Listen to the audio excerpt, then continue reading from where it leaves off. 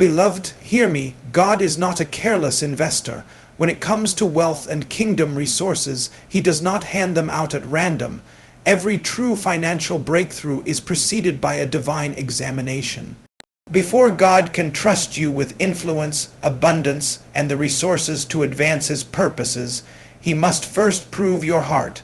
There are seasons where what you call delay is not really delay, it is training. What you call stagnation is not stagnation. It is a divine test, and many believers fail this test unknowingly, thereby postponing the day of their visitation. Let me walk you through the patterns by which God tests men before entrusting them with wealth. The test of trustworthiness. The first test is the test of trust. God will observe how you handle little. Scripture says, if you are unfaithful in unrighteous mammon, who will commit to your trust the true riches? He will deliberately allow a measure of finance to enter your hands, not abundance, but just enough, to see what you will do with it. Will you waste it on vanity? Will you use it carelessly? Or will you acknowledge Him as the source? Many are praying for millions while consistently mismanaging hundreds. If heaven cannot trust you with little, heaven cannot deliver much to you. The test of giving. The second test is the test of sacrifice. God will demand from you what you love most. He will ask you to release, to give, sometimes at the most inconvenient season of your life, not because He wants to take from you, but because He wants to break the hold of greed from your soul. It is never about money, it is about allegiance. The moment you can give anything at His command, you have proven to heaven that mammon does not own your heart. The test of character, the third test, is the test of integrity.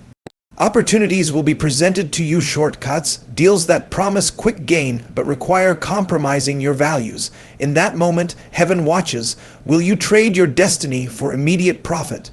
Or will you uphold righteousness even if it means waiting longer? Financial destiny is not for liars and cheats. Wealth that will last must be founded on integrity. God is not in a hurry to make you rich. He is in a hurry to make you faithful. The test of patience. The fourth test is the test of waiting. God will delay certain doors deliberately, not because He has denied you, but because He is working something in you. Impatience has destroyed many potential kingdom financiers. They could not wait, so they manipulated, they borrowed, they compromised. The waiting season is the furnace where God shapes discipline, humility, and endurance. If you can survive the silence of God without turning back, then you are ready for abundance. The test of priorities. Finally, the test of priorities. Why do you want wealth? God will search your heart. If the motivation is self-glorification, rivalry, or carnality, you have already failed. But when your desire is that His kingdom come, that lives be transformed, that nations be discipled, then you have passed the highest test. Beloved, listen carefully. Every financial breakthrough you see in the life of a kingdom man or woman is proof that they passed these tests. It is not luck. It is not chance.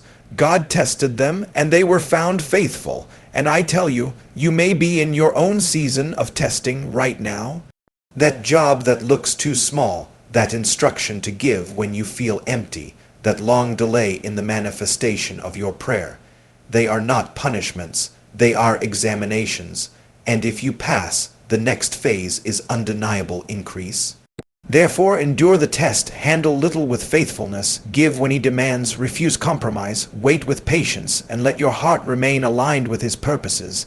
Then, like Joseph, who passed every test in the house of Potiphar and in the prison, you will be ushered into your palace.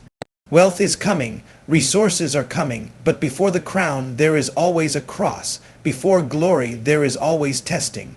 Pass your test, and your financial breakthrough will be unstoppable. When God seeks to raise a man into the corridors of financial abundance, He does not begin by placing millions in his hands. He begins by watching carefully how the man handles the little that has been entrusted to him. This is a principle that runs through the entire fabric of Scripture and the dealings of God with men. Many times we think that the reason we have not yet entered into overflow is because God has forgotten us, or that the adversary is holding back our progress. But the truth is deeper. Heaven is studying us, observing how we manage the present level of resources we already have. Faithfulness is never proven in the presence of plenty. Faithfulness is proven when resources are small, when opportunities look insignificant, and when what is in your hand seems to make no difference compared to what you desire. When you pray and ask God to lift you financially, what He does is to put you under watch. He looks at how you steward 100, how you steward 1,000, how you respond when opportunities come that do not look glamorous. He is not watching because He is in need of the money, but because resources are extensions of your heart. How you use what you already have is a mirror that reflects the state of your priorities. If $10 enters your hand and you cannot acknowledge the God who gave it, why would He trust you with 10,000?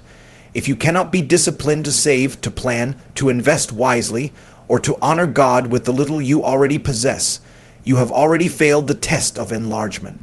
This is why some people's lives remain in a cycle of smallness. It is not that God has not heard their prayers, and it is not that the devil is stronger than the covenant of God over their lives. It is that they have consistently failed the test of stewardship. To be faithful with little means to treat little as though it were much. It means to recognize that what you call little is somebody else's answered prayer. There are people who are praying day and night for the very thing you now despise. That job you consider too small, there is someone somewhere crying to God for such an opportunity. That tiny stream of income you are careless with, there is someone fasting and believing for it. When you trivialize what you have, you disqualify yourself from receiving what you desire. Think of David in the wilderness. He was given a few sheep to watch over, nothing glamorous, nothing majestic. Yet the Bible records that when the lion and the bear came to attack the sheep, David risked his life to defend them. What kind of man defends a sheep with his life? One who understands faithfulness, one who knows that every assignment, no matter how small, is an opportunity to prove to God that you can be trusted. That same spirit of faithfulness in the wilderness is what qualified him to stand before Goliath and later to sit on the throne of Israel. The throne is never the first stage. It is always a reward for passing the test of faithfulness in obscurity. The little you call insignificant is a prophetic rehearsal for the greater that is coming. If you cannot balance your life with the little salary you earn now, what makes you believe you will suddenly become disciplined when God gives you much more? If you cannot tithe or give from the little, you will not give from the abundance. It is an illusion to think that generosity begins with wealth.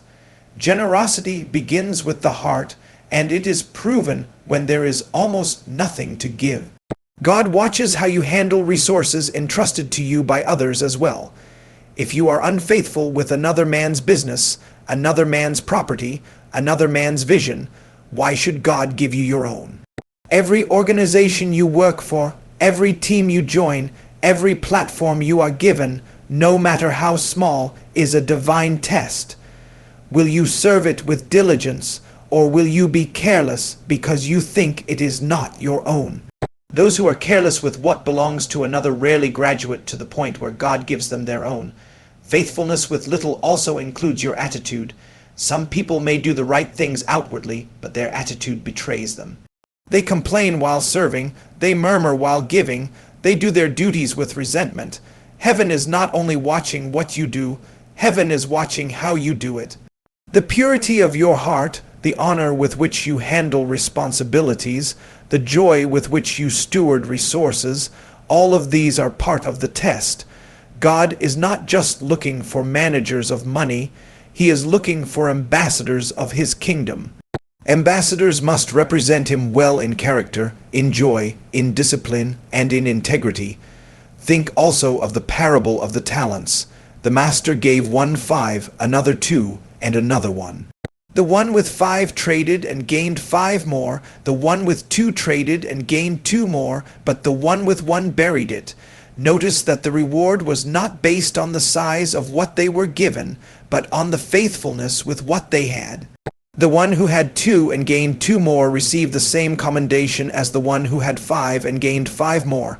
The principle is clear. God does not measure your destiny by comparing it to another man's portion. He measures you by your faithfulness with what He has placed in your hands. There are believers who look at others and envy their abundance, not knowing that those people were once in their own position.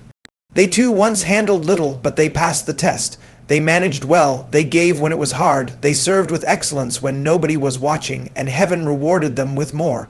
Until you pass your own test, envying others will only drain your strength. The cry of many is, Lord, bless me financially. Lord, lift me financially.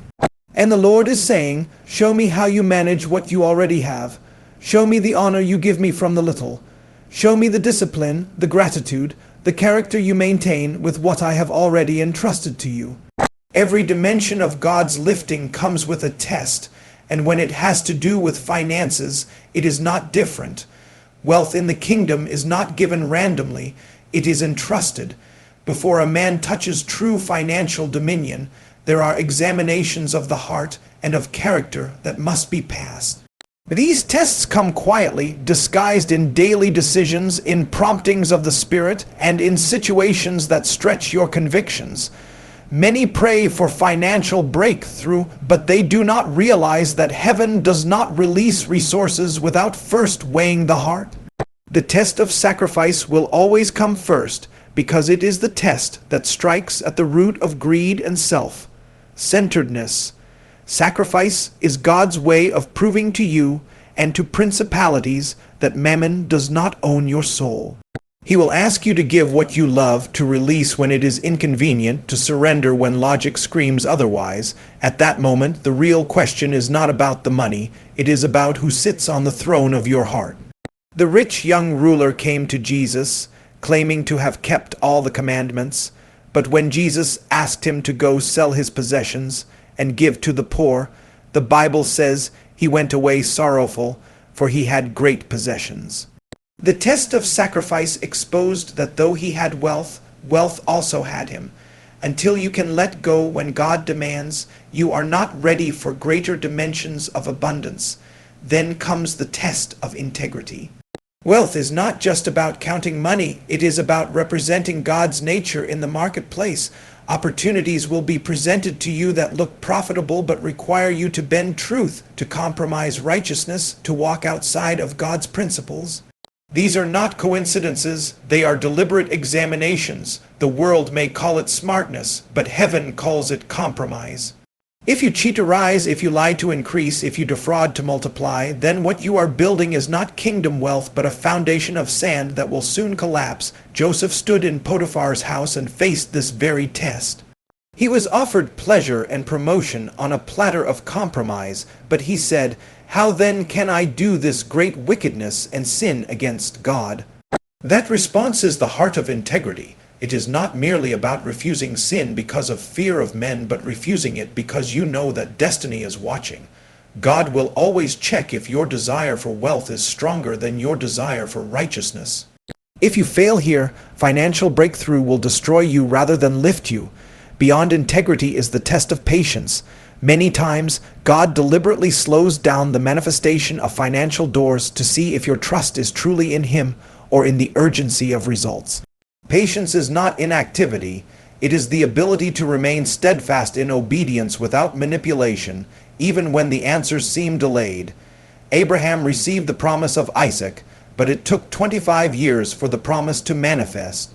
In the waiting, there were options. Hagar was available, Ishmael was born, but the covenant was with Isaac, not Ishmael. In the same way, many believers abort their financial destiny by embracing shortcuts during seasons of waiting. They borrow recklessly, they adopt corrupt systems, they take opportunities that violate principles, all because they cannot wait. Waiting seasons are proving grounds where God checks if your faith can outlast time. It is easy to confess faith when the results are instant, but true faith is revealed when you still believe after years of apparent silence. God is not in a hurry, He is eternal. His goal is not speed, but strength. The day your patience matures, the breakthrough will arrive in glory. Finally, there is the test of priorities. This is the most subtle of all, because it examines the very motivation of your pursuit. Why do you want financial breakthrough?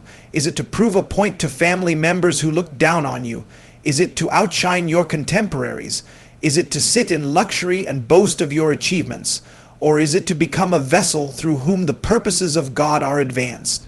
God is not against your enjoying wealth, but when your heart's desire for prosperity is rooted in competition, pride, or carnality, you have already failed the exam. Wealth in the kingdom is trust, not possession. You are only a steward, and the real owner is God. When your priorities are aligned to love Him, to serve Him, to bless men, to finance His kingdom, then your motive passes the test. But if your priorities are corrupted, then granting you wealth is no longer a blessing. It becomes a curse that will fuel destruction. Every man that has risen in true kingdom prosperity has stories of these tests. Some were stretched in giving, some were cornered by opportunities to compromise, but they refused. Some were delayed until they almost gave up, and some had to purify their motives again and again until God was satisfied. The pathway is not different for you. If you are crying for abundance, God is watching for sacrifice. If you are asking for increase, He is watching your integrity. If you are desiring open doors, He is watching your patience. If you are praying for overflow, He is examining your priorities. Many fail because they only pray for the harvest without submitting to the tests that qualify them. These examinations may not come once, they may come repeatedly. The test of sacrifice may come again and again at different levels. The test of integrity may appear in different shades through the years. The test of patience may last longer than you expected. The test of priorities may show up when you have options that can expose your true motives. God is not unfair, He is consistent. Until your heart posture aligns, He will not release certain dimensions of wealth, not because He cannot, but because He loves you too much to allow money to destroy you. When you understand this, you begin to see financial delay differently. What looks like unanswered prayer is often God's classroom. What looks like stagnation is actually God waiting for you to pass a test. Many believers cry, "Lord, why are you delaying my breakthrough?" And the Lord replies, "Why are you failing your exams?" If you will take the lessons seriously, if you will embrace sacrifice with joy, walk in integrity at all costs, endure the waiting with trust, and purify your motives before God, then the breakthrough will not just come, it will last. Because kingdom wealth is never a product of chance, it is the reward of passing divine tests. One of the greatest lessons every believer must learn on the journey to financial breakthrough is the mystery of divine timing. In the realm of men, delay is often perceived as rejection. When things do not happen at the speed we expect, we quickly assume that God has forgotten us or that heaven has denied our petition. But in the dealings of God, delay is often proof of His intentional love. Delays are not always denials. They are divine examinations designed to prepare you, refine you, and equip you for a level of abundance that will not destroy you when it finally comes. What you call delay, God calls preparation. What you interpret as silence, God interprets as training. Every vision, every destiny, every financial calling has an appointed time. Scripture says, though the vision tarries, wait for it, for it will surely come, it will not tarry. That tarrying period is the season of examination. God is not just interested in giving you money, He is interested in making sure that the money will fulfill His purposes in your life and through your life. Abundance is powerful, but it is also dangerous in the hands of an unprepared man. If a man rises too quickly without the strength of character to sustain it, the very thing that was meant to bless him becomes the instrument that destroys him. So God, in His mercy, delays certain doors, not because He has rejected you, but because He is preserving you. In the season of delay, God trains your patience. He stretches your capacity to believe even when the results are not visible.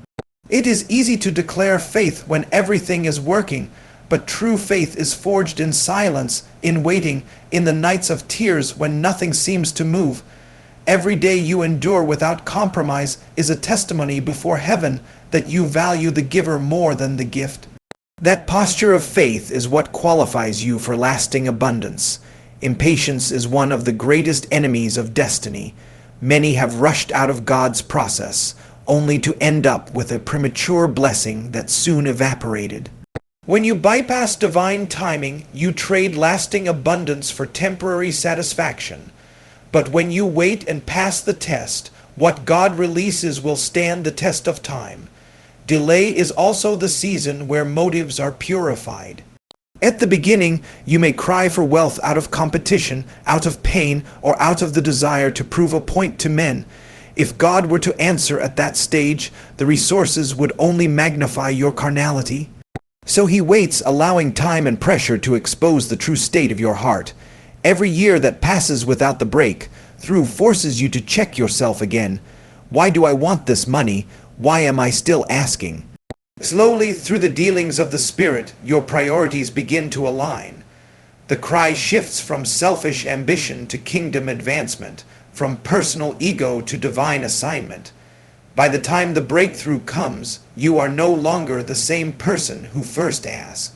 You are refined, matured, and safe for heaven to trust with resources. Delay also tests your stewardship.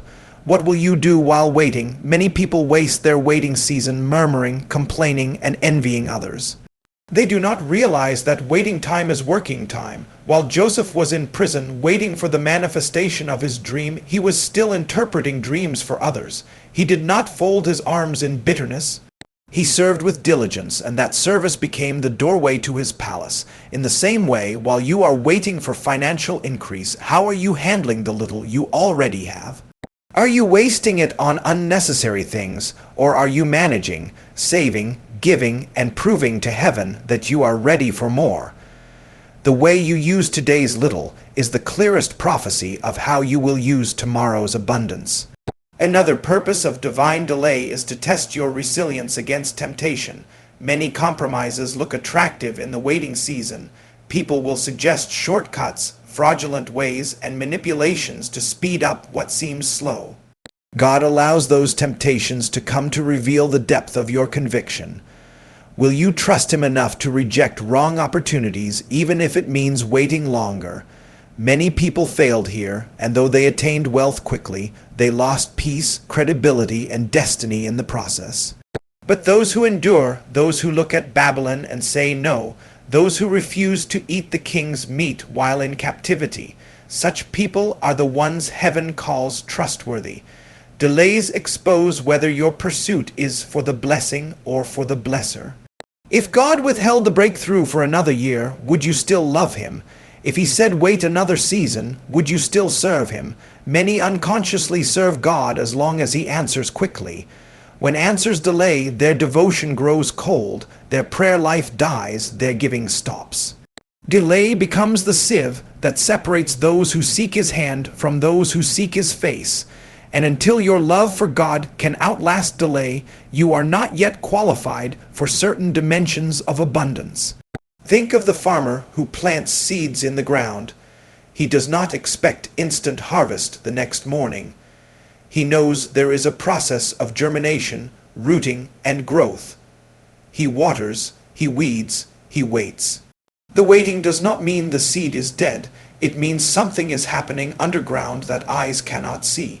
In the same way, when it looks like nothing is happening in your finances, understand that in the realm of the Spirit, your prayers, your obedience, your giving, your faith are like seeds. They are growing, they are preparing, they are aligning circumstances, and at the right time the harvest will manifest. Sometimes divine delay is also protection. God may be shielding you from relationships, partnerships, or environments that are not yet ready for your abundance. If the breakthrough came too early, you may connect with wrong people who will use you, betray you, or derail your destiny, but by holding back the breakthrough until those people are out of your life, or until you have grown enough discernment, God preserves you. What you call late is actually divine preservation. When the season finally shifts and the breakthrough arrives, you will look back and thank God for the delay. You will realize that the version of you who prayed 5 years ago was not ready for what you have now. You will see how the delay built patience, shaped your character, purified your motives, and positioned you for sustainability. God is not only interested in giving you abundance, He is interested in keeping you in abundance. Quick wealth without preparation ends quickly, but wealth that comes after divine examination is wealth that lasts and multiplies across generations.